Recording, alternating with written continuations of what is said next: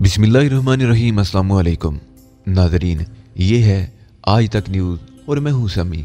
इससे पहले आप इस कहानी की 98 किस्तें सुन चुके हैं और अब 99 किस्त मुलाहिज़ा फरमाएं। मैंने छत पर कदम रखा ही था कि एक गोली सनसनाती हुई मुझसे सिर्फ 2 फुट के फासले पर बनी हुई चिमनी में पेवस्त हो गई। मैं एकदम सीने के बल नीचे गिर पड़ा और आगे रेंगने लगा। अगरचे फायर की आवाज से मुझे अंदाजा हो चुका था कि हमलावर किस तरफ है, लेकिन अभी तक मेरी निगाहों से ओझल था। मैं मुहतात निगाहों से इधर उधर देखता हुआ आगे रेंगने लगा। फिर दफादन मैंने अपने अकब में दौड़ते हुए कदमों की आवाजें सुनी और चौंक कर रुक गया। मैं तेजी से घूमकर पीछे देखा। वो एक सफेद पतलून और सफेद कमीज वाला आदमी था। उसके चेहरे पर रुमाल लिपटा हुआ था। वो जंगली बिल्ली की तरह दौड़ रहा था। मैंने फौरन ही फायर कर दिया, लेकिन मेरी गोली उसका रास्ता नहीं रोक सकी। वो उस मकान की छत से दूसरे मकान की छत पर कूद गया और एक चिमनी की आड़ में पहुंचकर उसने शायद पोजीशन ले ली। मैंने रिवॉल्वर की नाल को चिमनी की आड़ से बाहर निकलते हुए देखा था, लेकिन उससे पहले कि वो मुझ पर फायर करे, मैंने उस पर फायर कर दिया। मुझे अंदाजा हो चुका था कि उसका निशाना बहुत ज्यादा अच्छा नहीं और ये बात मेरे हक में मुफीद थी। फायर की आवाज के साथ ही फिजा में एक चीख उभरी और मेरे होंठों पर मुस्कुराहट आ गई। गोली उसके बाजू में लगी थी। उसने जवाबी फायर किया, लेकिन मैं महफूज रहा। दूसरे इलम में वो एक बार फिर भाग खड़ा हुआ। मैंने भी उसके पीछे दौड़कर एक बार फिर फायर किया, लेकिन उसी वक्त हमलावर छलांग लगाकर एक और मकान की छत पर पहुंच गया और जब मैं उस मकान की छत पर पहुंचा तो वो गायब हो चुका था। उन दोनों छतों के दरमियान तकरीबन 8 फीट का फासला था। चंद कदम पीछे हटकर मैंने दौड़ते हुए छलांग लगा दी। यह अपनी जिंदगी दांव पर लगाने वाली बात थी, लेकिन अपनी जान की कीमत पर भी मैं उसे फरार का मौका नहीं देना चाहता था। मैं जोरदार धमाके के साथ दूसरी छत पर गिरा और फौरन ही संभल कर टीन के बने हुए उस दरवाजे की तरफ दौड़ पड़ा जिसके पीछे वो शख्स गायब हुआ था। हमलावर भी इतना बेवकूफ नहीं था। वो दरवाजा अंदर से बंद कर गया था। मैं छत के किनारे आकर नीचे झांकने लगा। पूरी गली मेरी निगाहों के सामने थी। एम्बुलेंस की आवाज सुनी जा रही थी और उसके करीब ही पुलिस की एक कार भी खड़ी हुई नजर आ रही थी। मैं छत के दूसरे किनारे पर पहुंचकर झांकने लगा। उस तरफ अकबी गली में निकलने का कोई रास्ता नहीं था, जिसका मतलब था कि हमलावर अभी इमारत के अंदर ही मौजूद है। चंद लम्हे बाद दरवाजे के करीब पहुंचकर मैंने ताले पर फायर झोंक दिया और दरवाजा खोलकर मोहतात अंदाज में सीढ़ियां तय करने लगा। रास्ते में जगह जगह खून के धब्बे मेरी रहनुमाई कर रहे थे। एक जगह काफी खून पड़ा हुआ था, जिससे मुझे ये समझने में दिक्कत ना हुई कि हमलावर इस जगह कुछ देर के लिए रुका था। मैं मजीद नीचे उतरने लगा। पूरी इमारत पर सुकूत तारी था। मजीद थोड़ा आगे जाने के बाद एक और दरवाजा नजर आया, जिसकी दूसरी तरफ थोड़ी सी आहट सुनाई दी। मैं तेजी से उस तरफ घूम गया, लेकिन यह भी गनीमत ही था कि मैंने रिवॉल्वर का ट्राइगर नहीं दबाया था, क्योंकि उससे निकलने वाला एक अधेड़ उम्र मदकूक सा आदमी था और मुझे देखते ही उसने गिगियाए हुए अंदाज में दोनों हाथ ऊपर उठा दिए और फरियाद करने लगा, प्लीज प्लीज मिस्टर, मुझे मारने से आपको कोई फायदा नहीं होगा, खामोश रहो। मैंने उसे इशारा किया और रिवॉल्वर सीधा कर लिया। बूढ़ा बदहवासी किसी अंदाज में दोबारा कमरे में दाखिल हो गया था। उसके चंद सेकंड के बाद ही दौड़ते हुए कदमों की आवाजें सुनाई दी और मैं मोहतात हो गया। एम्बुलेंस के साथ पुलिस को देख चुका था और अब यकीनन पुलिस उस शख्स की तलाश में होगी जिसने सैंड्रा पर गोली चलाई थी। इस वक्त अगर मैं पुलिस के हाथों पड़ जाता तो मेरे लिए ये साबित करना बेहद मुश्किल हो जाता कि सैंड्रा पर असली हमला करने वाला कौन था। चुनाचे बेहतर यही था कि जिस तरह भी मुमकिन हो सके यहाँ से बाहर निकला जाए। मैं बर्क रफ्तारी से वापस पलटा और उन्हीं रास्तों को तय करने लगा जिनसे गुजर कर यहाँ तक आया था और मुख्तलिफ गलियों को तय करता हुआ मैं एक पतली सी सड़क पर पहुंच गया जहाँ ट्रैफिक चल रहा था। इस वक्त पुलिस से बचना बेहद जरूरी था। चुनाचे बर्क रफ्तारी से आगे बढ़ता हुआ मैं एक ऐसी जगह पहुंच गया जहाँ से सड़क नजर आ रही थी। मैं बड़े इत्मीनान से बस में दाखिल हो गया। बस यहाँ से आगे बढ़ गई। मुझे बआसानी पुलिस से छुटकारा मिल गया था। इस्तांबुल में दाखिला इंतहाई सिनसनी खेज साबित हुआ था। मुझे ज्यादा वक्त नहीं गुजरा था कि खेल शुरू भी हो गया, और वो भी इस अंदाज में कि सोचने समझने के लिए वक्त तक नहीं मिल रहा था। अगर मुकामी पुलिस मेरे पीछे लग गई तो फिर तो सख्त दुश्वारियों का सामना करना पड़ेगा। चुनाचे अब जो कुछ भी करना था इंतहाई मोहतात अंदाज में करना था। देर तक मैं सड़कों पर चकराता रहा, इतराफ का जायजा लेता रहा। सैंड्रा मेरे जहन में थी। पता नहीं मुझे हलाक करने की कोशिश की गई थी या उसे अपने होटल वापस जाने की बजाय इस वक्त पे काट जाना मुनासिब था, और वहां दाखिल होने के लिए थोड़ी सी शख्सियत की तब्दीली भी लाजमी अमर थी। चुनाचे मैंने बाजारों का रुख किया और थोड़ी देर के बाद मैं एक बाजार में पहुंच गया। अगरचे इस्तांबुल यूरोप में है, लेकिन यहाँ का माहौल बिल्कुल मशरकी महसूस होता है। मैं इन बाजारों में घूमकर अपने मकसद की चीजें तलाश करने लगा। फिर अनकरा स्टोर मेरी निगाहों के सामने आ गया। डिपार्टमेंटल स्टोर की तर्ज का ये शार्पिंग आर्केड मेरे मकसद के लिए इंतहाई बेहतरीन रहा और मैंने यहाँ से अपनी जरूरियात की वो तमाम चीजें खरीद ली जो किसी मुसाफिर को होटल में क्याम करने के लिए काम आ सकती हैं। उसके साथ साथ ही कुछ और चीजें भी जो मेरी शख्सियत में कम अज कम इस हद तक तब्दीली कर दें कि एक निगाह देखने वाला मुझे पहचान ना सके। इन चीजों को रेडीमेड कहा जा सकता था। चुनाचे मैंने बारीक किस्म की मूंछे और एक खास किस्म का चश्मा अपनी आंखों पर लगा लिया और उसके बाद मैंने महसूस किया कि मेरी शख्सियत में नुमायां तब्दीली हो गई है। वहां से कुछ दूर आगे बढ़ा और बायजीद मस्जिद के पास पहुंच गया, जहां लातादाद कबूतर उस बेवा की याद दिलाते हैं जिसका कुल सरमाया कबूतरों का एक जोड़ा था और जिसे उसने मस्जिद की इफ्तिताह की तकरीब में सुल्तान की खिदमत में पेश कर दिया था। लेकिन इस वक्त मैं उन तमाम चीज़ों में मुकम्मल तौर पर दिलचस्पी नहीं ले सकता था। चुनाचे में होटल पे कार्ड रवाना हो गया। 5 मंजिला होटल पे कार्ड बहुत आला किस्म का नहीं था, लेकिन इसकी इमारत भी पुरानी तर्ज की थी। अंदरूनी तौर पर सफाई का बेहद आला इंतजाम था। मेरे लिए तीसरी मंजिल का एक कमरा बुक किया गया था। रजिस्टर पर अपना जेली नाम बताते हुए मैंने दस्तखत किए और अपने कमरे में मुंतकिल हो गया। होटल के कमरे में गुस्ल करने के बाद मैं अपने बिस्तर पर दराज हो गया और छत पर निगाहें जमाए सोचता रहा कि अब मुझे क्या करना चाहिए। कोई ऐसा इंतजाम होना चाहिए था जिसकी बिना पर मुझे ग्रैंड टावर होटल की सूरत हाल मालूम हो सके। अगर मैं होटल का वो कमरा छोड़ भी दूं तो बहर तौर फाइल तो मुझे वहां से निकाल कर लाना ही थी, लेकिन अब अपनी असली हैसियत से वहां जाना खतरे से खाली ना था। ना मालूम उस लाश की दरियाफ्त के बाद वहां क्या कुछ हुआ होगा। शाम को तकरीबन 7 बजे के करीब मैं उठ बैठा, अपना लिबास वगैरह तब्दील किया और फिर उसी मेकअप में मैं बाहर निकल आया। मेरे ज़हन में एक मंसूबा जन्म ले रहा था। थोड़ी देर के बाद मैं एक बार फिर बाजार में दाखिल हो गया। अनकरा स्टोर में मैं अपने मतलब की चीजें देख चुका था। फिर यहाँ से मैंने एक ऐसा लिबास खरीदा जो होटल के वेटर इस्तेमाल करते हैं। ये आम लिबास है और मेरे जहन में ये बात थी कि ग्रैंड टावर में मौजूद वेटर ऐसे ही लिबास इस्तेमाल करते हैं सिवाय वहाँ के मखसूस बैज के, लेकिन बैज की गैर मौजूदगी नज़रअंदाज भी की जा सकती थी। इस लिबास को एक पैकेट में बंद कराने के बाद मैं टैक्सी में बैठकर ग्रैंड टावर की तरफ रवाना हो गया और थोड़ी देर के बाद होटल में दाखिल हो गया। मेरे ذہن में वो लाश मौजूद थी जिसे मैंने सेंड्रा के कमरे में डाल दिया था। मेरा अंदाजा था कि इस सिलसिले में कोई ना कोई कार्रवाई जरूर हुई होगी। होटल के हाल में दाखिल होने के बाद थोड़ी देर तक मैंने हालात का जायजा लिया।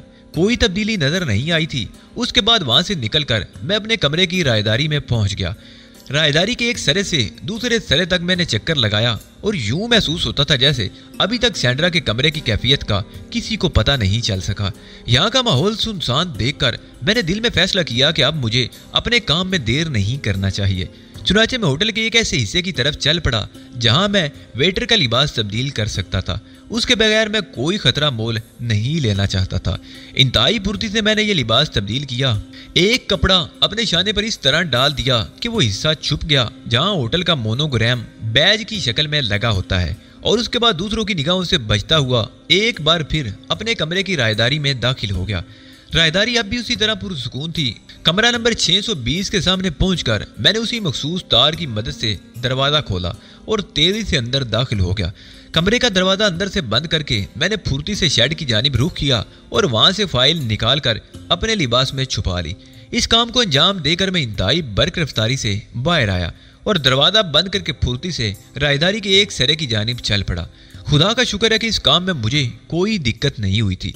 बाकी सामान को छूना बेमकसद था। अलबत्ता मैंने अपने कुछ कागजात जरूर साथ ले लिए थे जिनकी मुझे किसी भी वक्त जरूरत पेश आ सकती थी। इन कागजात को देखकर मुझे ये अंदाजा होता था कि अभी तक मेरे कमरे में कोई गड़बड़ नहीं की गई और शायद उसके बाद इन लोगों की जरूरत नहीं हुई कि कमरे में दाखिल हों। मैं रायदारी के दूसरे सरे तक गया और फिर नीचे से उतरकर उस जगह पहुंच गया जहां मैंने अपना असल लिबास छुपाया हुआ था। लिबास का पैकेट उसी जगह मौजूद था। मैंने लिबास तब्दील किया और अपना चेहरा वगैरह दुरुस्त करके फाइल अपने लिबास में छुपाए हुए बाहर निकल आया। वेटर का लिबास मैंने वहीं छोड़ दिया था। फिर मैं पूरी इत्मीनान कदमों से चलता हुआ आगे बढ़ने लगा। अभी तक किसी की तवज्जो मेरी जानिब नहीं हुई थी। सबसे ज्यादा हैरत मुझे इस बात पर थी कि सेंड्रा के कमरे से लाश अभी तक क्यों नहीं बरामद हुई थी। इसी दौरान किसी न किसी को तो वहां जाना ही चाहिए था। वेटर के पास भी चाबियां होती हैं और कमरों की सफाई वगैरह के लिए वहां जा सकते थे। फिर क्या वजह थी कि ये सब कुछ मालूम किए बगैर मुझे सुकून नहीं आ सकता था। चुनाचे मैंने इस सिलसिले में कावज शुरू कर दी। मैंने एक वेटर को रोका जिसकी शक्ल मैं पहचानता था और फिर राजदाराना अंदाज में मैंने उससे पूछा, कमरा नंबर 619 में जो खातून रहती हैं, क्या वो इस वक्त अपने कमरे में मौजूद हैं? वेटर ने चौंक कर मुझे देखा और बुरख्याल अंदाज में ठोड़ी खुजाने लगा। मेरा ख्याल है वो मौजूद नहीं, उसने जवाब दिया। कहाँ गई कुछ पता है? ये बात तो हम लोगों को नहीं मालूम होती जनाब, वेटर ने बदस्तूर मुअद्दब लहजे में कहा। मैंने उसे और ज्यादा मुअद्दब करने के लिए जेब से एक नोट निकाल कर उसके हाथ में थमा दिया और नतीजा खातिर ख्वाह निकला। वेटर, मेरा ख्याल है वो खातून अपने कमरे में ही मौजूद हैं, बराए करम तुम जरा जा कर देखो। अगर ऐसी कोई सूरत हाल हुई तो मुझे उसकी इतला दे दो कि वो कमरे में मौजूद हैं। वेटर ने ताज्जुब से कहा, हाँ मुझे शुबा है। ताज्जुब है जनाब, शाम को 5:30 बजे तो मैंने उनके कमरे की सफाई की थी। आखिर कमरे का दरवाजा बाहर से बंद करके अंदर बैठने की क्या वजह है और ये किस तरह मुमकिन है, समझ में नहीं आता। 5:30 बजे तुमने कमरे की सफाई की थी? तुम्हें अच्छी तरह याद है? मैंने हैरान होते हुए पूछा। जी हाँ, वेटर भी उसी अंदाज में बोला। ओह, फिर मेरी इतला गलत हो सकती है। क्या इतला मिली थी जनाब आपको? किसी ने मुझे उनके कमरे से फोन किया था और आवाज उनकी ही थी। उन्होंने कहा कि वो अपने कमरे में कैद हैं और किसी खास वजह से बाहर नहीं निकलना चाहती।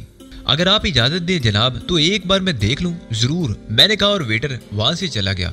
मैंने अपनी जगह छोड़ दी थी। उसके बाद मैं इंतजार करता रहा कि वेटर वापस आए तो मैं उसकी कैफियत का जायजा लूं। तकरीबन 15 मिनट के बाद वेटर वापस आया। वो मुझे तलाश करने के लिए निगाहें दौड़ा रहा था। जहां मुझे छोड़ा था वहीं मुझे देख रहा था। जब मैंने उसके चेहरे पर सुकून के आसार पाए तो मैं खुद ही उसके करीब पहुंच गया। ओह, मैं आप ही को तलाश कर रहा था सर। क्या हुआ, देखा? जी हाँ जनाब, कमरे में कोई मौजूद नहीं है। मैं दरवाजा खोलकर देख चुका हूँ। कोई मौजूद नहीं है? मैंने पूछा। नहीं, कोई नहीं है, कमरा खाली पड़ा हुआ है। मैं उसे दोबारा लॉक कर आया हूँ। अच्छा वेटर, इसका मकसद है कि किसी ने मुझसे मजाक किया है। तुम्हारा बहुत शुक्रिया। लो, ये नोट लो और जेब में रख लो। मैंने एक और नोट उसे देते हुए कहा और वेटर ने सलाम करके नोट कबूल कर लिया। उसके बाद वो आगे बढ़ गया। मेरा ज़हन चकरा रहा था। इसका मतलब था कि लाश किसी के देखने से पहले ही कमरे से गायब कर दी गई थी और इसके अलावा सोचा भी किया जा सकता था। मैं बाहर निकल आया। एक सड़क से दूसरी सड़क, दूसरी से तीसरी सड़क, बाजार की रौनकें पूरी तरह मौजूद थी। सब कुछ मेरी निगाहों के सामने था, लेकिन ज़हन कुछ और सोच रहा था। आखिर मैंने एक टैक्सी रोकी और उसमें बैठकर होटल पे कार्ड पहुंच गया।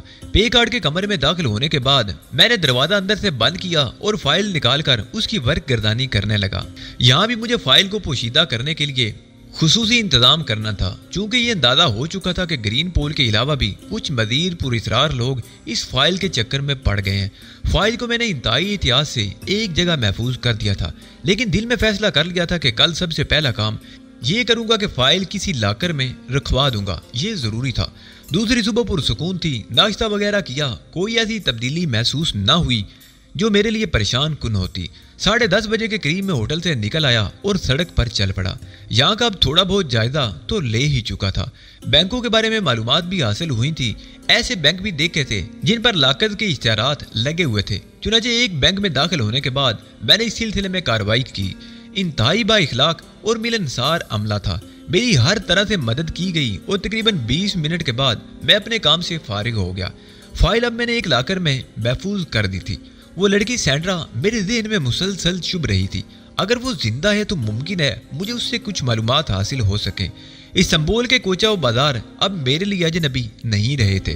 गो मैंने इस शहर को बहुत मुख्तसर देखा था, लेकिन यहाँ की जिंदगी मेरे इल्म में आती जाती रही थी और अपने आप को इस जिंदगी में जम करना अब मुझ जैसे आदमी के लिए मुश्किल नहीं था। थोड़ी देर के बाद मैं उस इलाके में पहुंच गया जहाँ एक दिन पहले सैंड्रा का वाकया पेश आया था। उस जगह कोई खास बात महसूस नहीं हुई थी। तमाम कारोबारी माहौल जूं का तू था। पुलिस वगैरह का भी कोई वजूद नजर नहीं आ रहा था। मैंने एक ऐसी दुकान ताड़ी जो इस जगह से ज्यादा फासले पर नहीं थी। जहां वाकया पेश आया था, दुकानदार यकीनन एक दिन पहले भी उस जगह मौजूद रहा होगा और मुझे सूरत हाल से आगाह कर सकेगा। मेरा अस्सलाम वालेकुम कहना कारगर हुआ था। दुकानदार ने पुरजोश अंदाज में सलाम का जवाब दिया और मैं उसकी दुकान में रखी हुई चीजें देखने लगा। फिर ख्वाह मुखा एक चीज खरीद कर मैंने उसकी कीमत 10 लीरे दुकानदार को पेश कर दिए। जरा भी भाव ताव नहीं किया था मैंने। उसकी वजह से दुकानदार मुझसे मुतासर नजर आ रहा था। दफादन मैंने पूछा, कल यहाँ एक हादसा हुआ था, क्या तुम्हें उसके बारे में कुछ मालूम है? हादसा? दुकानदार ने मेरी तरफ देखकर कहा, हाँ, किसी को गोली मार दी गई थी। वो एक लड़की थी, बेचारी शदीद जख्मी हुई थी। पुलिस वाले उसे कहाँ ले गए? सामने वाले हॉस्पिटल में, वो जो पुल की दूसरी जानिब नजर आ रहा है। ये हॉस्पिटल करीब तरीन था, इसलिए वो लोग उसे इधर ही ले गए थे। मैंने दुकानदार के इशारे की तरफ रुख करके देखा तो वहां मुझे एक हॉस्पिटल का न्यून साइन नजर आया। ये गैर मुतवक्के गैबी इमदाद हुई थी। अगर सैंड्रा को यहाँ लाया गया है तो मुमकिन है मुझे उसके बारे में मालूमात हासिल हो सके, लेकिन ये भी इम्कान पेश नज़र था कि पुलिस उसकी निगरानी कर रही होगी। दुकानदार का शुक्रिया अदा करने के बाद मैं वहाँ से आगे बढ़ गया और पूल वेदर के छोटे से हिस्से को उबूर करके हॉस्पिटल के करीब पहुँच गया। दुकानदार से जो चीज़ मैंने खरीदी थी वो एक तरफ उछाल थी, जाहिर है मुझे उसकी ज़रूरत नहीं थी। रास्ते में मैंने यही फैसला किया था कि मैं खुद को सैंड्रा का दोस्त बताऊंगा और ये कहूंगा कि वो मुझे एक दिन पहले एक होटल में मिली थी। कम अज कम ये खतरा तो मोल लेना ही था, मुमकिन है कि काम बन जाए। थोड़ी देर के बाद मैं हॉस्पिटल में दाखिल हो गया। ड्यूटी रूम में मौजूद नर्स से दरियाफ्त करने पर मालूम हुआ कि सैंड्रा ऊपर की मंजिल के कमरा नंबर 20 में है। मैंने परेशानी के अंदाज में उससे उसकी खैरियत मालूम की तो उसने बताया कि उसकी हालत नाजुक है और किसी को उससे मिलने की इजाज़त नहीं। नर्स मेरी परेशानी से ज़रा भी मुतासिर नहीं हुई थी, अलबत्ता वो मुझे एक डॉक्टर से मिलाने पर रजामंद होगी जो सैंड्रा के केस का इंचार्ज था। डॉक्टर अलबत्ता इंतहाई खुश इखलाक साबित हुआ और वो मुझे चौथी मंजिल पर अपने दफ्तर में ले गया। उसने मुझसे सैंड्रा के बारे में पूछा तो मैंने उसे बताया कि वो मेरी दोस्त है, उसकी हालत बहुत नाजुक है, गोली उसकी दाएं फेफड़े से जरा ऊपर पैवस्त हुई है। अगर ये गोली जरा और नीचे लगती तो वो खत्म हो चुकी होती। खून चूंकि बहुत ज्यादा निकल गया है इसलिए वो अभी तक बेहोशी की कैफियत में है। हम कल सुबह उसका ऑपरेशन करेंगे। मैं ये बता देना जरूरी समझता हूँ कि ये ऑपरेशन खतरनाक भी हो सकता है, डॉक्टर ने कहा। ओह डॉक्टर, बराए करम उसे बचाने की भरपूर कोशिश कीजिए, उसके इलाज के तमाम इखराजात मैं अदा करूंगा, मैंने डॉक्टर से कहा। नहीं जनाब, पुलिस केस है, इस केस के इखराजात पुलिस ही अदा करेगी। क्या पुलिस उसके दरवाजे पर तैनात कर दी गई है? जी हाँ, एक पुलिसमैन उसके दरवाजे पर ड्यूटी दे रहा है। मैंने अंदाजा लगा लिया था कि अब सैंड्रा से मिलना मुमकिन नहीं है। वैसे भी अगर मैं उससे मुलाकात करता तो बेमकसद ही था। डॉक्टर ने उसकी जो कैफियत बताई थी उससे अंदाजा होता था कि सैंड्रा अब मुझे कुछ बताने की काबिल नहीं रही। मजबूरन मैं वहां से वापस चल पड़ा। अगर वो लड़की मुझे किसी तरह बेहतर हालत में मिलती तो शायद मुझे उससे कुछ मालूमात हासिल हो सकती थी। अलबत्ता मैंने डॉक्टर से उसका नंबर ले लिया था और खुद को उसका बड़ा शुक्रगुजार जाहिर किया था, जिससे डॉक्टर मुझसे मुतासिर हो गया। मैंने उससे कहा कि मैं उसकी खैरियत मालूम करता रहूंगा। मसरूफ आदमी हूँ, मुमकिन है दोबारा यहाँ जल्द ना पहुँच सकूँ। डॉक्टर ने गर्दन खम करके मुझे अपने ताउन का यकीन दिलाया था। मैं वहां से निकला और फिर तेजी से एक सिमत मुड़ गया। मैंने फौरन ही हॉस्पिटल से बाहर निकलने की कोशिश नहीं की थी और हॉस्पिटल की इमारत में चंद लम्हात चकराते रहने का फैसला किया था, ताकि अगर डॉक्टर किसी को मेरे बारे में इतला देने की कोशिश करे तो कम अज कम मैं किसी फौरी कार्रवाई से बच सकूं। लेकिन ऐसा ना हुआ और फिर मैं मुतमईन होकर बाहर की जानिब चल पड़ा। हॉस्पिटल की इमारत से निकलकर मैं थोड़ी दूर तक पैदल चलता रहा और उसके बाद मैंने होटल ग्रैंड टावर जाने के लिए एक टैक्सी रोक ली। ग्रैंड टावर का मैं उस अंदाज में जायजा लेना चाहता था कि वहाँ की क्या सूरत हाल है। मुमकिन है लाश वगैरह के सिलसिले में कोई कार्रवाई वहाँ हुई हो। टैक्सी की पिछली सीट पर मैंने नीम दराज होते हुए ड्राइवर को रुकवा कर ग्रैंड टावर के बारे में बताया तो वो आगे बढ़ गया। ज्यादा दूर नहीं गया था कि दफतन मुझे किसी टैक्सी के अकमनुमा आईने में नीले रंग की एक खूबसूरत कार नजर आई, जिसे मैंने 2-3 बार एक मखसूस फासले पर पीछे देखा था। दूसरे इलाके में मैं संभल कर बैठ गया। ये इत्तेफाक भी हो सकता था, लेकिन चूंकि कार कई बार नजर आई थी इसलिए मुझे शक हो गया था कि कहीं मेरा ताकुब न किया जा रहा हो। इस बात के इम्कानात भी थे। मुमकिन है वो लोग इस बात को मद्देनजर रखे हुए हों कि मैं सैंड्रा की खैरियत मालूम करने के लिए हॉस्पिटल जरूर आऊंगा। थोड़ी देर बाद मुझे यकीन हो गया कि बाकायदा ताकुब किया जा रहा है। मैंने एक लम्हे के लिए सोचा, फिर टैक्सी ड्राइवर को उस तरफ मुतवज्जो करते हुए कहा कि कोई हमारा पीछा कर रहा है। मैंने टैक्सी ड्राइवर को 50 लीरे का एक और नोट देते हुए कहा कि अगर वो इस कार से निजात हासिल कर ले तो मैं उसे मजीद इनाम भी दूंगा। ड्राइवर फौरन तैयार हो गया और गाड़ी की रफ्तार बढ़ाते हुए उसने एकदम बाईं सिमत गाड़ी को मोड़ दिया। उसकी इस हरकत से टैक्सी उलटते उलटते बची थी। दूसरे ही लम्हे पिछली कार के पहियों की चिरचिराहट की आवाज भी सुनाई दी और फिर दोनों गाड़ियों में रेस का मुकाबला शुरू हो गया। मैंने पीछे घूमकर देखा, नीले रंग की कार के ड्राइवर की शक्ल नजर नहीं आ रही थी। कई तंग और कुशादा सड़कों से गुजरने के बाद भी नीली कार पीछा नहीं छोड़ा। टैक्सी ड्राइवर की गर्दन पसीने से तर हो रही थी। एक मोड़ पर तेज रफ्तारी से मुड़ते हुए टैक्सी बेकाबू होकर फुटपाथ पर चढ़ते चढ़ते बची, लेकिन ड्राइवर ने फौरन ही स्टीयरिंग पर काबू पा लिया और दूसरे ही लम्हे टैक्सी सड़क पर आ गई। नीली कार किसी खौफनाक बला की तरह पीछे लगी हुई थी। हम शहर के वसी इलाके में पहुंच चुके थे। तंग सी सड़क पर दोनों तरफ पुख्ता ईंटों के मकानात और छोटी छोटी दुकानें बनी हुई थी। ड्राइवर की कैफियत अब खराब होती जा रही थी और वो नर्वस नजर आ रहा था। थोड़ी दूर पहुंचने के बाद उसने गाड़ी नहर के एक छोटे से पुल की जानिब बढ़ा दी, जो सिर्फ पैदल आमदोरफ्त के लिए ही था। इस पुल पर गाड़ी घुमाना ही ड्राइवर की सबसे बड़ी गलती थी। टैक्सी पुल के वक्त में पहुंची ही थी कि नीली कार भी तूफान की तरह सर पर पहुंच गई। पहलू में आकर उसने टैक्सी को टक्कर मारी और टैक्सी ड्राइवर ने गाड़ी संभालने की कोशिश की, लेकिन कामयाब ना हो सका। दूसरे इलाके में टैक्सी पुल का हिफाजती तख्ता तोड़ते हुए तेजी से नीचे जाने लगी। ये सब कुछ इस कदर जल्दी में हुआ था कि एक लम्हे के लिए मैं कुछ भी ना सोच सका। मुझे अंदाजा था कि सूरत-ए-हाल बिगड़ गई है। अब अपने आप को संभाल कर जो कुछ कर सकता था वही करना था। चुनाचे छपाके की आवाज के साथ टैक्सी नहर की तह की जानिब जाने लगी। मैंने इस मौके पर अपने आवाज नहीं खोए थे। फुर्ती से मैंने हैंडल पर हाथ रखा और पानी के अंदर ही दरवाजा खोलने की कोशिश की। दरवाजा खुल गया और मैं टैक्सी से बाहर निकल आया। गरीब ड्राइवर को बचाने के लिए मैं कोई कोशिश नहीं कर सकता था।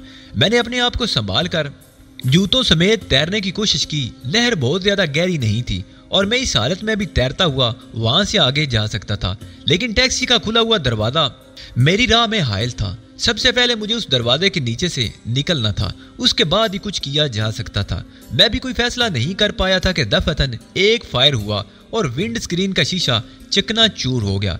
शीशे के चंद टुकड़े मेरी गर्दन और शानों पर भी लगे।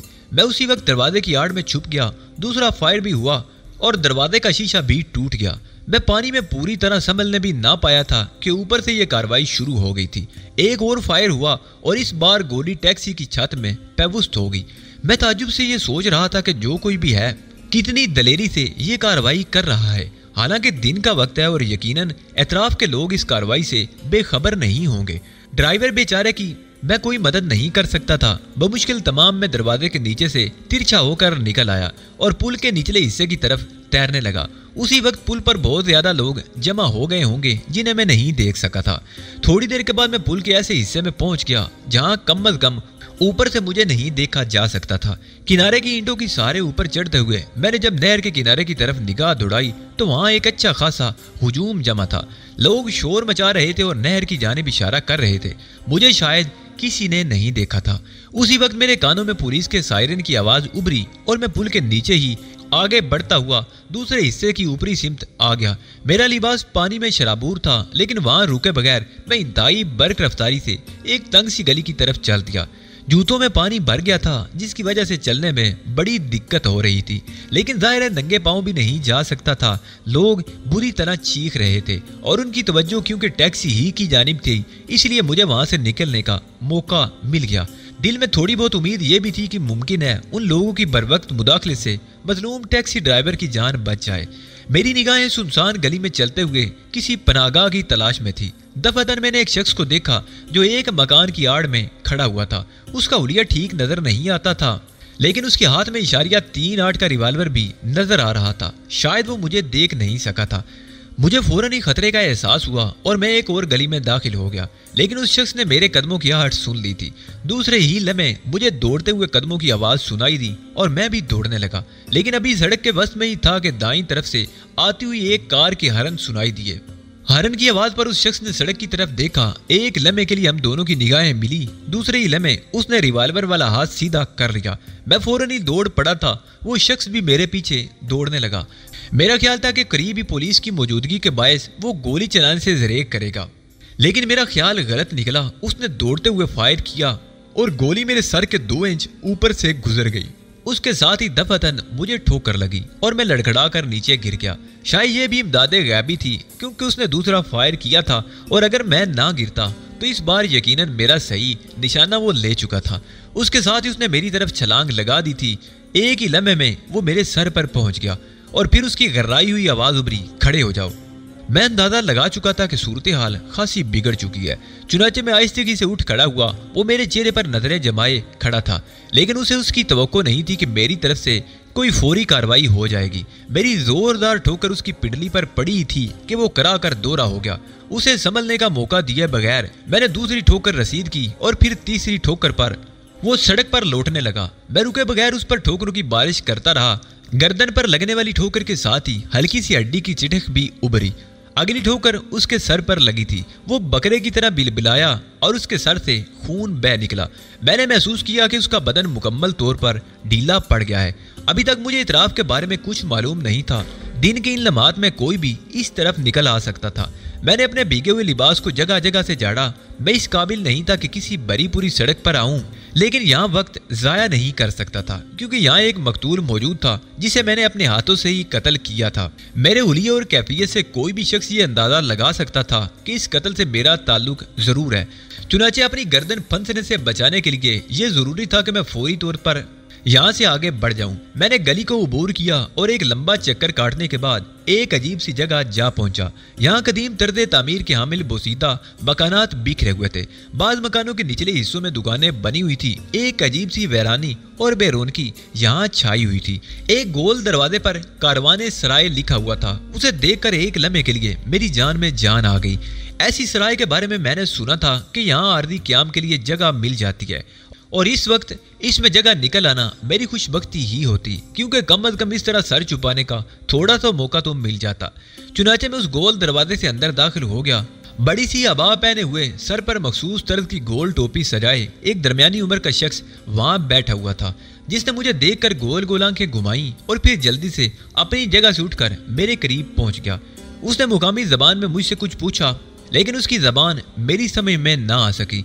जब मैंने कोई जवाब नहीं दिया तो वो बेबसी से इधर उधर देखने लगा। फिर उसने हाथ के इशारे से मुझसे पूछा कि क्या मैं यहाँ क़याम का इरादा रखता हूँ। मैंने जोर जोर से असबात में गर्दन हिला दी थी। चुनाचे उस शख्स ने मुतमईन अंदाज में गर्दन खम की। कई बार उसने चोर निगाहों से मेरे भीगे हुए लिबास को देखा, लेकिन चूंकि हम दोनों एक दूसरे की जबान से नावाकिफ थे, इसलिए उसने मुझसे कुछ इस्तफसार नहीं किया और मुझे लिए हुए उस रायदारी में पहुंच गया जहां चंद दरवाजे नजर आ रहे थे।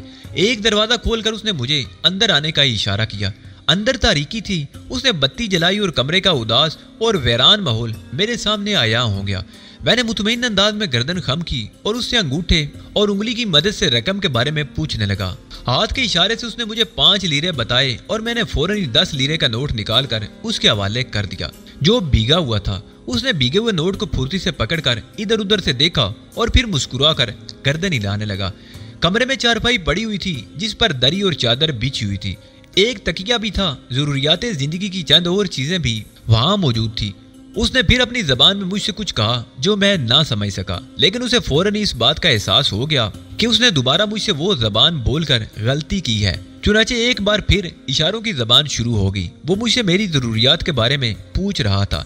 मैंने बेबसी से अपने भीगे हुए लिबास की तरफ इशारा किया और वो पुरख्याल अंदाज में थोड़ी खुजाने लगा, फिर बाहर निकल गया।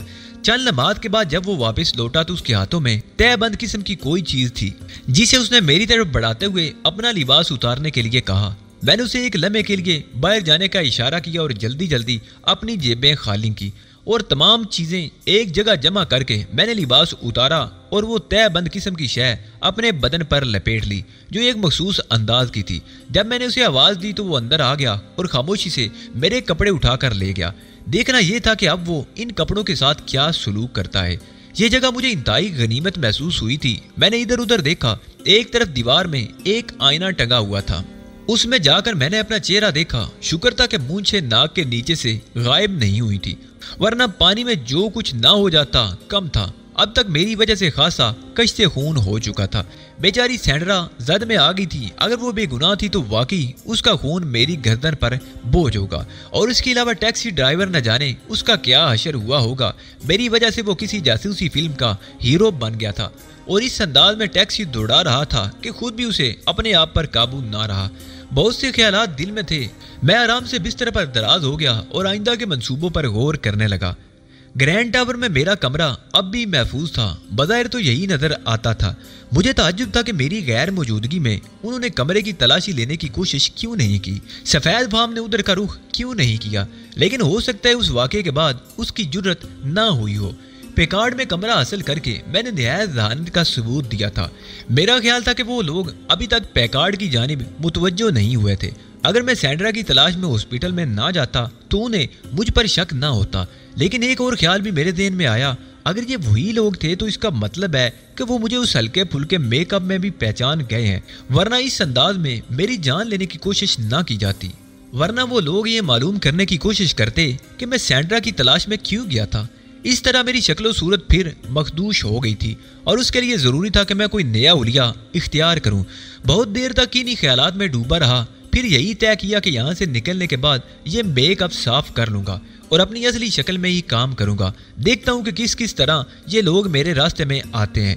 بدن میں ایک نیا جوش و ولولہ انگڑائیاں لینے لگا تھا، اندر سے ایک طاقت سی ابھر آئی تھی اور ایک بار پھر میں وہی علی یار خان بن گیا جو کسی قسم کے خوف یا اندیشے کو خاطر میں نہیں لاتا تھا، صرف عمل کرنا جانتا تھا اور اس کے بعد نتائج کا انتظار کرتا تھا۔ میری اس کیفیت نے مجھے بڑا سکون بخشا۔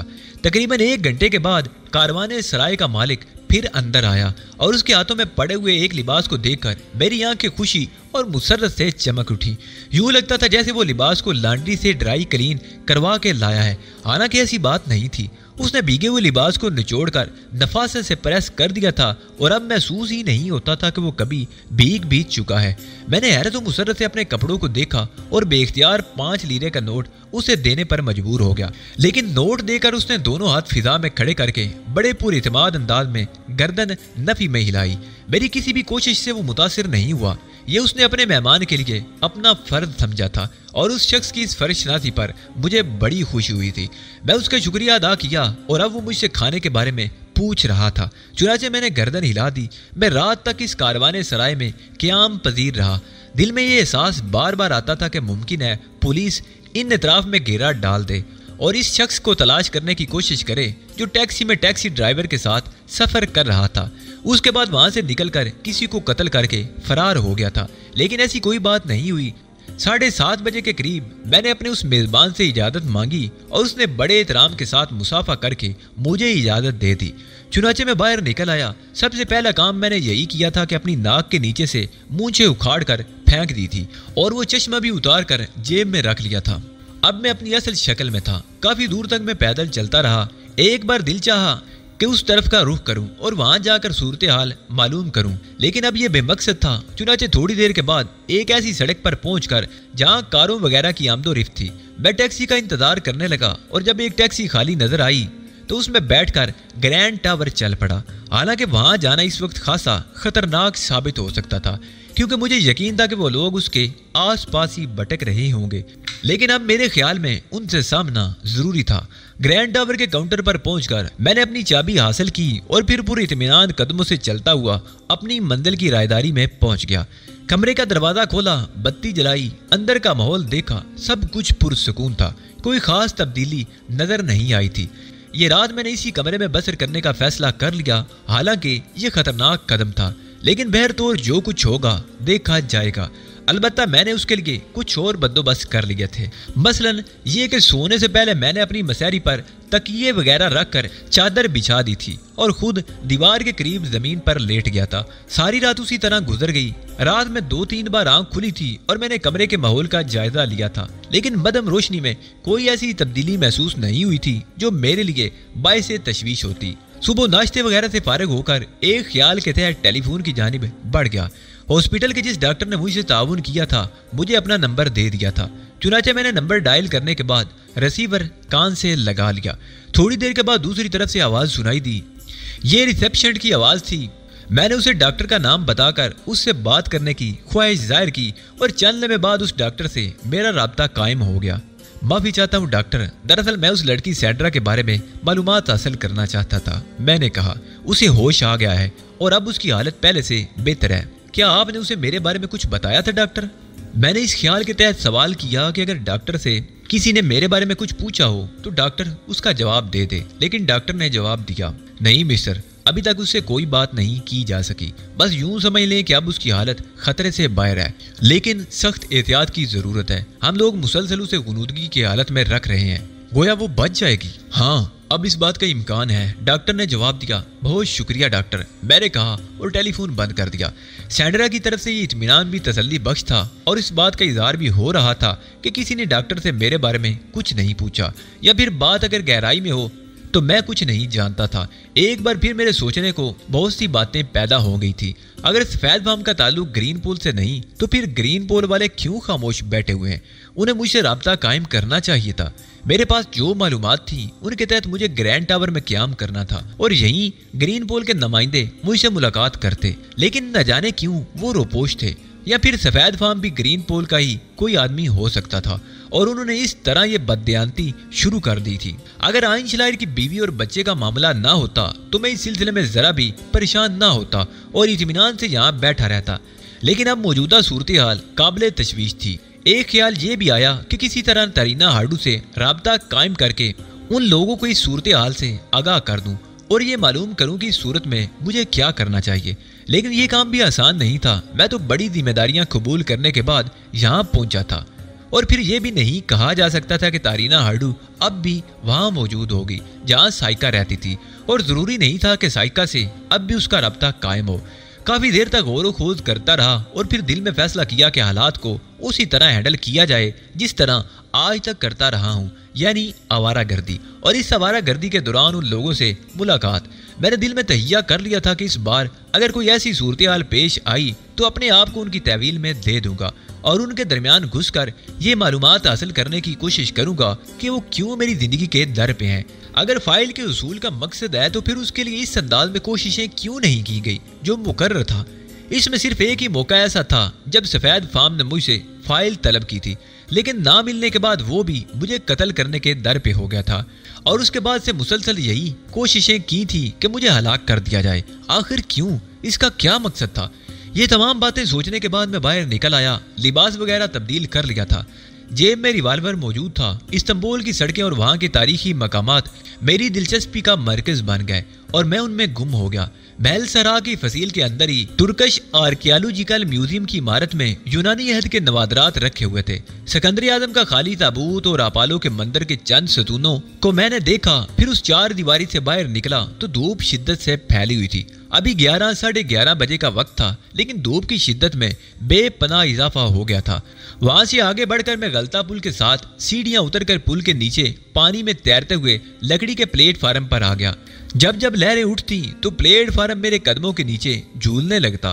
पुल के नीचे मुख्तलिफ स्टॉल बने हुए थे जिन पर रसाले, मिठाइयाँ, कबाब और तली हुई मछली बिक रही थी। टिकट वाली खिड़की के साथ बोर्ड पर मुख्तलिफ वक्तों को रवाना होने वाले स्टीमरों के औकात दर्ज थे। मैंने भी एक स्टीमर से रवानगी के टिकट खरीद लिए। स्टीमर से रवानगी का वक्त करीब आ गया था। मलाओं ने एक चौबी तख्ता प्लेटफार्म पर फेंक कर ऊपर जाने के लिए रास्ता बना दिया।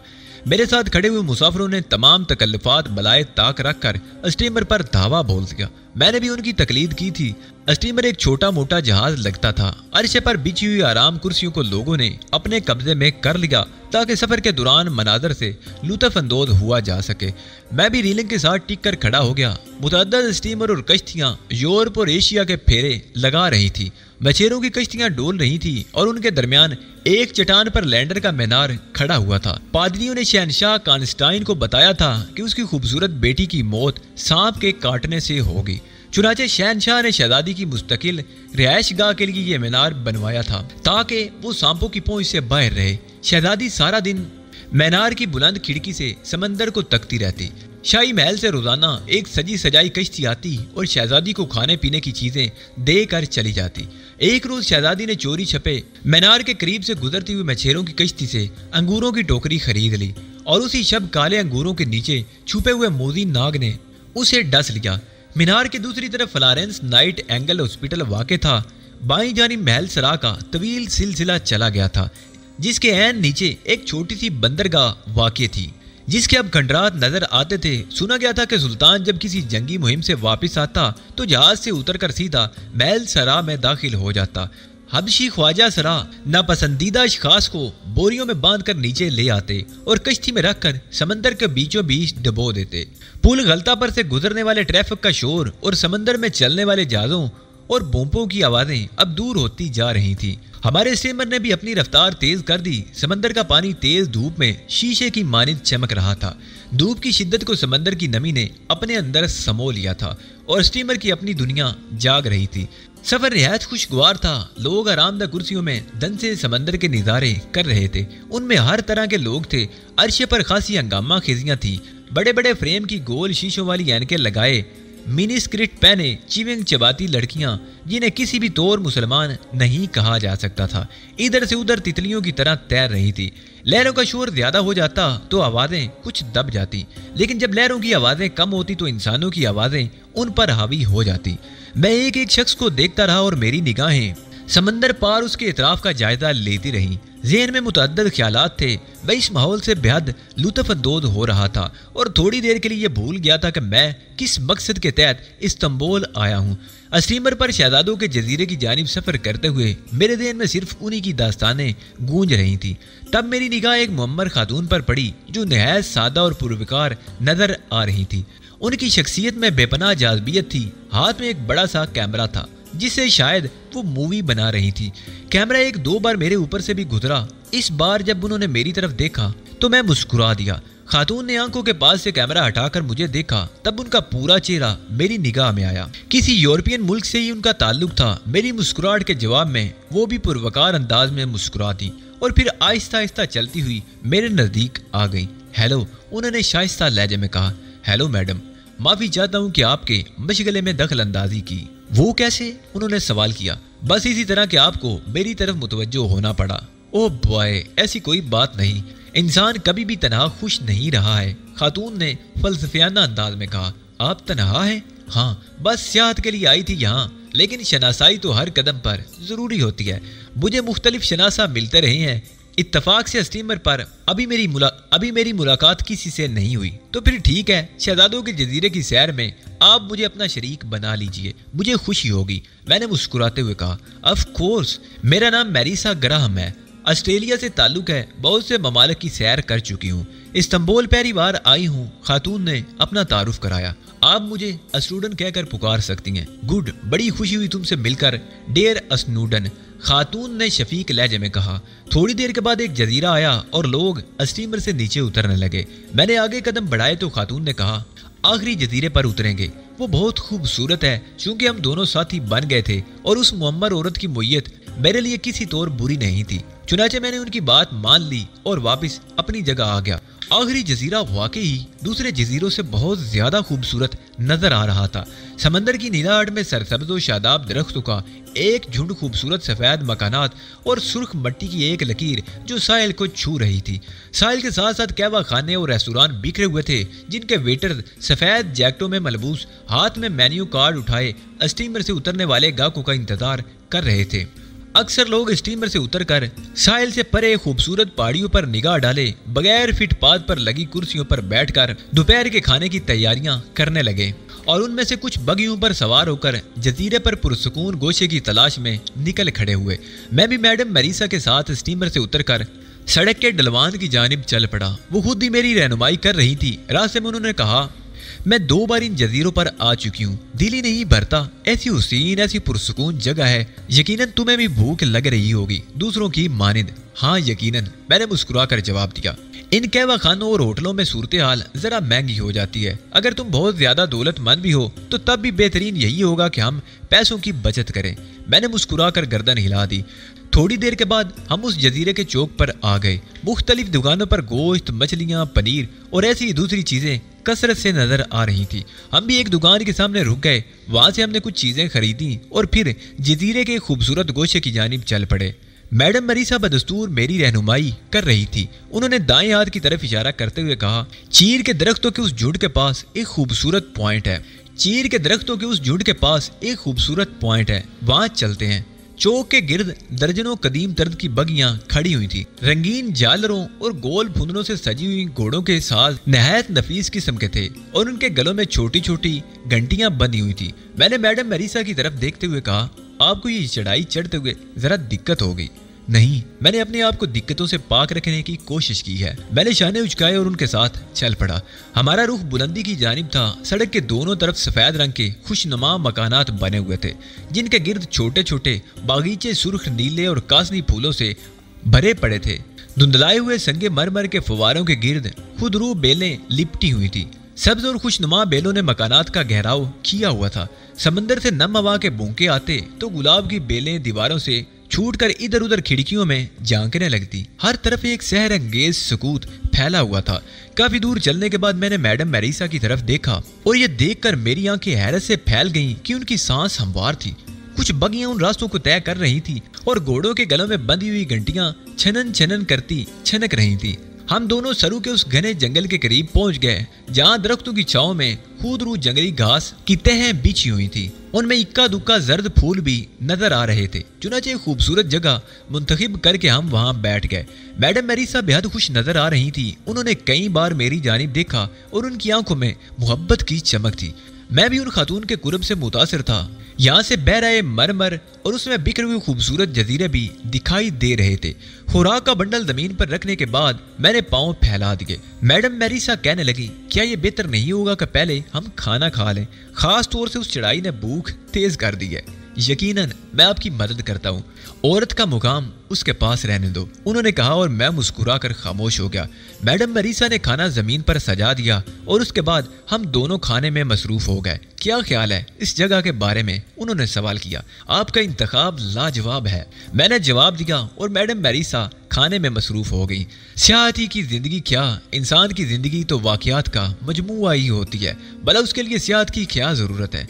घर की चार दीवारी में बैठ जाओ और अपना तजिया करो, हर लम्हा एक नए वाक़े का मज़र होता है। उन्होंने फलसफियाना अंदाज में जवाब दिया। आपके बारे में कुछ और मालूम कर सकता हूँ? बस कुछ नहीं, मेरी जिंदगी में कोई ऐसी खास बात नहीं जो काबिले जिक्र हो। यूं समझो कि सारी जिंदगी सियाहत में गुजारी है। बचपन ही से ये शौक है और ये वालिदैन का अतिया है, इसलिए आज तक उसे सीने से लगाए हुए हूँ।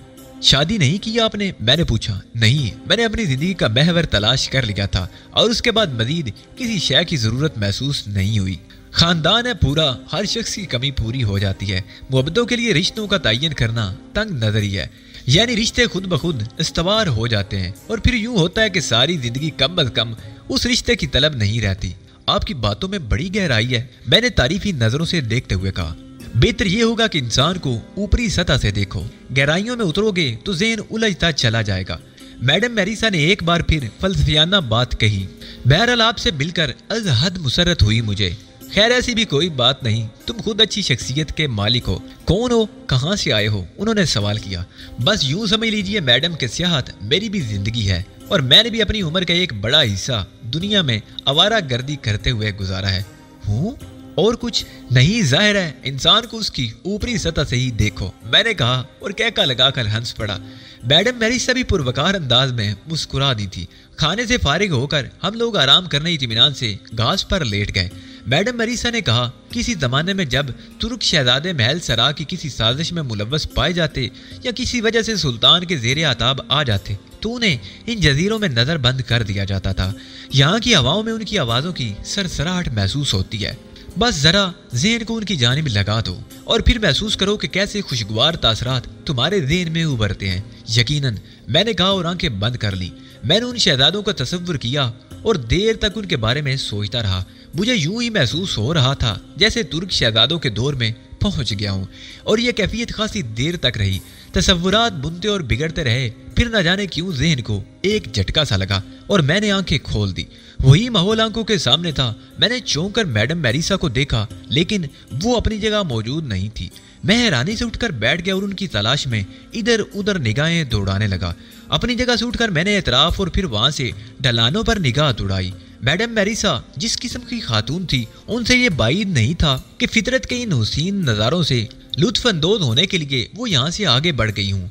हर चंद के मेरा उनसे कोई ताल्लुक नहीं था, लेकिन उनकी शख्सियत ने मुझे मुतासर किया था। बड़ी पुरवकार और उम्दा शख्सियत की मालिक थी, लेकिन न जाने क्यों इस तरह उठकर चली गई थी कि दूर दूर तक उनके वजूद का निशान नहीं मिलता था। अगर वो यहाँ गई भी थी तो उन्हें ज्यादा दूर नहीं जाना चाहिए था। कहीं हादसे का शिकार तो नहीं हो गई।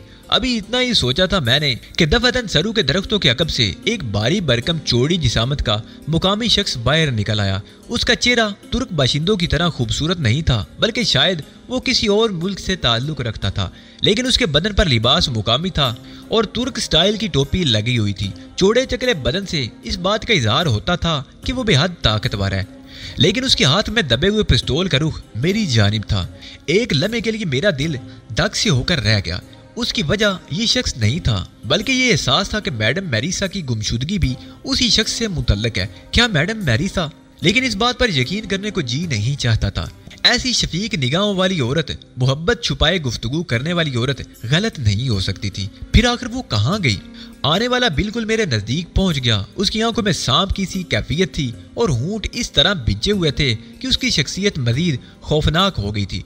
मुझे एहसास हो रहा था कि अगर मैंने जरा भी जिद्दोजहद करने की कोशिश की तो वो बेदरीग गोली चला देगा।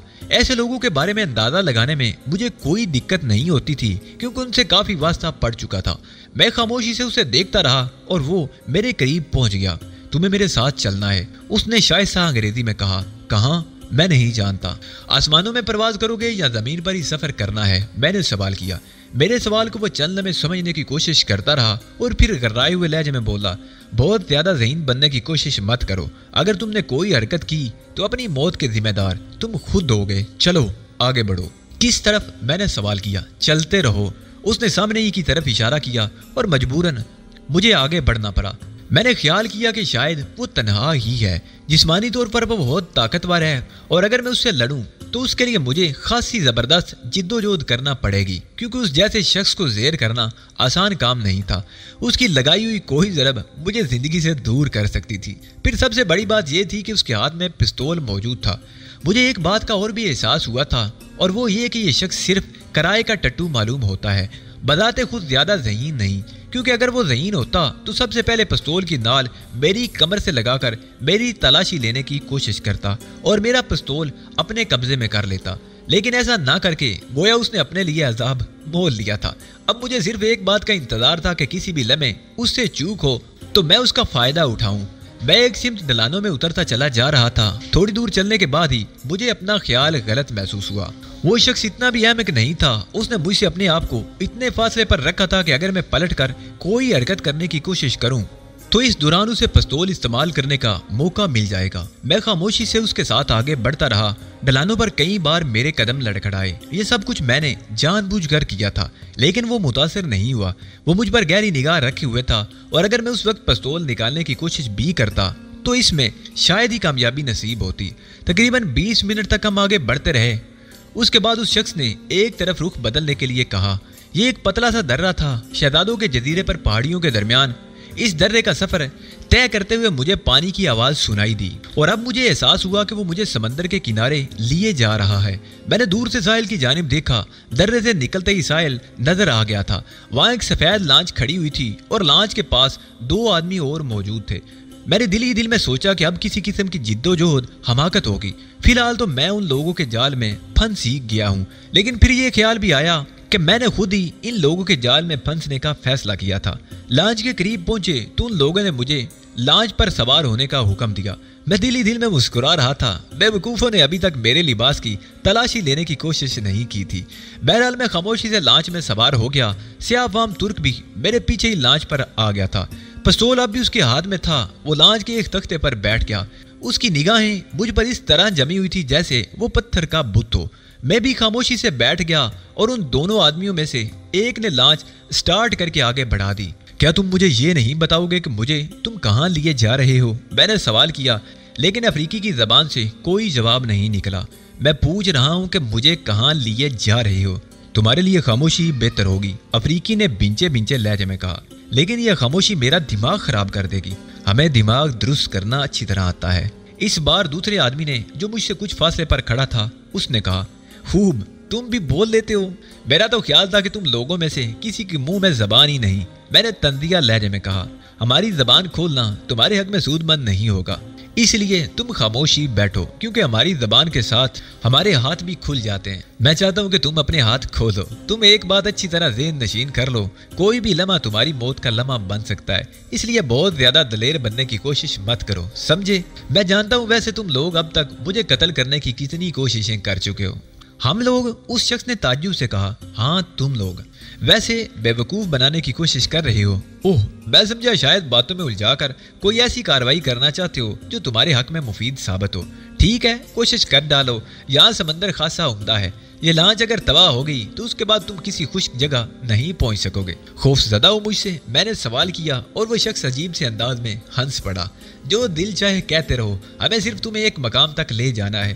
کہاں یہ تو بتا دو، بس بہت زیادہ فاصلہ نہیں، تم خود ہی دیکھ لو گے، اس نے جواب دیا۔ اچھا چلو ایک بات اور تو بتا دو، میں نے کہا۔ عجیب آدمی ہو، میں کہتا ہوں خاموش رہو اور تم بک بک کیے جا رہے ہو۔ افسوس دوستوں، میں خاموش نہیں بیٹھ سکتا، زبان نہ چلی تو پھر میرے ہاتھ چلنا شروع ہو جائیں گے، خواہ اس کا نتیجہ کچھ بھی ہو، میں نے کہا، اور اس شخص نے سیاہ فام کی طرف دیکھا۔ سیاہ فام کی آنکھوں میں سرخی لہرا رہی تھی۔ اس نے پستول کو جنبش دیتے ہوئے کہا، اس کے بعد اگر تمہاری زبان سے ایک لفظ بھی نکلا تو میں اس پستول کی 6 گولیاں تمہارے سینے میں اتار دوں گا، سمجھے؟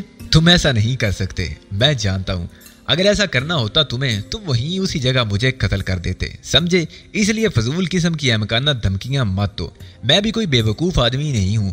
سیاہ فام اس دوسرے آدمی کی طرف دیکھنے لگا جو لانچ ڈرائیو کر رہا تھا۔ اس نے غالباً غیر محسوس انداز میں سیاہ فام کو اشارہ کر دیا تھا، پھر وہ آہستہ سے بولا، کیا بکواس کرنا چاہتے ہو؟ یار انتہائی بدتمیز آدمی ہو تم، میں تم سے شریفانہ لہجے میں بول رہا ہوں اور تمہارے بولنے کا انداز، خدا کے بندے، کیا یہ نہیں ہو سکتا کہ تم شریفانہ باغیوں کے لہجے میں گفتگو ہی نہ کرو؟ نہیں، یہ نہیں ہو سکتا، میں نے جواب دیا۔ تو بکو تو صحیح، کیا بکنا چاہتے ہو؟ میں نے جلائے ہوئے لہجے میں کہا۔ کیا میڈم میریسا تمہاری ساتھی تھی؟ کون میڈم میریسا؟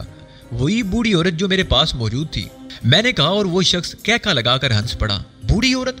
وہ ہنستے ہوئے بولا، کیوں؟ اس کی عمر صرف 21 سال ہے۔ کیا؟ اس بار حیران ہونے کی باری میری تھی۔ ہاں، اس کی عمر صرف 21 سال ہے، نام میریسا ہے لیکن عمر، وہ مذاق اڑانے والے انداز میں ہنسنے لگا۔ بکواس کر رہے ہو تم، ملاقات ہو جائے گی اس سے تمہاری، فکر مت کرو، اس شخص نے جواب دیا، لیکن میری زبان واقعی بند ہو گئی تھی۔ میں میڈم میریسا کی شکل و صورت اور اس کے گفتگو کرنے کے انداز پر غور کر رہا تھا۔ یا تو یہ شخص بکواس کر رہا ہے، یا اگر وہ میریسا نہیں تھی تو جو نظر آتی تھی، تو میں اس بات کو تسلیم کرنے میں عار محسوس نہیں کرتا کہ میں نے شاندار دھوکہ کھایا تھا۔ اگر وہ لڑکی یا شاندار عورت میرے پیچھے ہی تھی تو بے شک اس کی شخصیت نے مجھے متاثر کیا تھا، اور یہ واقعی حقیقت بھی تھی۔ اگر اس وقت کوئی نوجوان لڑکی میرے سامنے ہوتی تو میں اس میں قطعی دلچسپی نہ لیتا۔ ان لوگوں نے اگر اس شکل میں اسے میرے پیچھے لگایا تھا تو اس بات کا اعتراف کرنے میں مجھے کوئی عار نہیں تھا کہ انہوں نے ذہانت سے کام لیا تھا۔ میری خاموشی سے وہ لوگ میری طرف متوجہ ہو گئے۔ پھر اسی شخص نے مسکراتے ہوئے کہا، مزہ آیا؟ واقعی یار مزہ آ گیا، میں نے گہری سانس لے کر کہا، اور وہ ہنس پڑا۔ سمندر کا سفر واقعی زیادہ طویل نہیں تھا، اور میں نے اندازہ لگا لیا تھا کہ یہ جگہ جہاں اسٹیمر جا رہا ہے یقینی طور پر شہزادوں کی جزیروں میں سے کوئی ایک جزیرہ ہے۔ اسی دوران کسی قسم کی جد و جہد واقعی حماقت تھی، اس لیے میں نے سوائے ان سے گفتگو کرنے کے اور کوئی کام نہ کیا۔ ہم تھوڑی دیر کے بعد اس دوسرے جزیرے کے ساحل پر پہنچ گئے، اور ساحل سے تھوڑے ہی فاصلے پر میں نے مزید 2 آدمیوں کو دیکھا جو کوئی یورپین ہی معلوم ہوتے تھے۔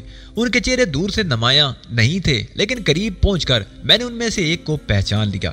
یہ وہی سفید فام تھا جس نے پہلی بار گرینڈ ٹاور میں مجھ سے ملاقات کی تھی اور اپنے ساتھی کی لاش کو چھوڑ کر فرار ہو گیا تھا۔ مجھے ان کے سامنے پہنچا دیا گیا۔ سفید فام کینہ توز نگاہوں سے مجھے دیکھ رہا تھا، اور اس کا دوسرا ساتھی بھی دلچسپی سے میری جانب نگراں تھا۔ دونوں آدمی جو اسٹیمر پر آئے تھے مجھے یہاں چھوڑ کر واپس چلے گئے، البتہ سیاہ فام پستول بردار اب بھی میرے پیچھے تھا۔ چند لمحے ہی خاموشی سے ایک دوسرے کو دیکھتے رہے، اور پھر سفید فام نے انگوٹھے کے اشارے سے مجھے اپنے پیچھے آنے کے لیے کہا۔ ظاہر ہے سیاہ فام کی پستول کے بل پر مجھے آگے بڑھنا ہی تھا، چنانچہ میں خاموشی سے ان کے ساتھ ساتھ چلتا رہا۔ یہاں کا ماحول بالکل سنسان معلوم ہوتا تھا، یوں لگتا تھا جیسے کوئی یہاں موجود ہی نہ ہو۔ راستے بھی ناہموار تھے۔ میں ان کے ساتھ آگے بڑھتا رہا، اور اب میں یہ سوچ رہا تھا کہ یہ سب پاگل ہی معلوم ہوتے ہیں، انہیں کم از کم میرا پستول اپنے قبضے میں کر لینا چاہیے تھا۔ ایک جگہ پہنچ کر میں اس طرح لڑکھڑایا جیسے میرا پاؤں پھسل گیا ہو۔ سیاہ فام میرے پیچھے پیچھے آ رہا تھا، اور اس وقت وہ اپنا فاصلہ برقرار نہیں رکھ سکا تھا۔ چونکہ ہم ڈلان پر تھے چنانچہ وہ میرے بالکل قریب پہنچ گیا اور اسی وقت میں نے انتہائی پھرتی سے اپنا کام کر دیا۔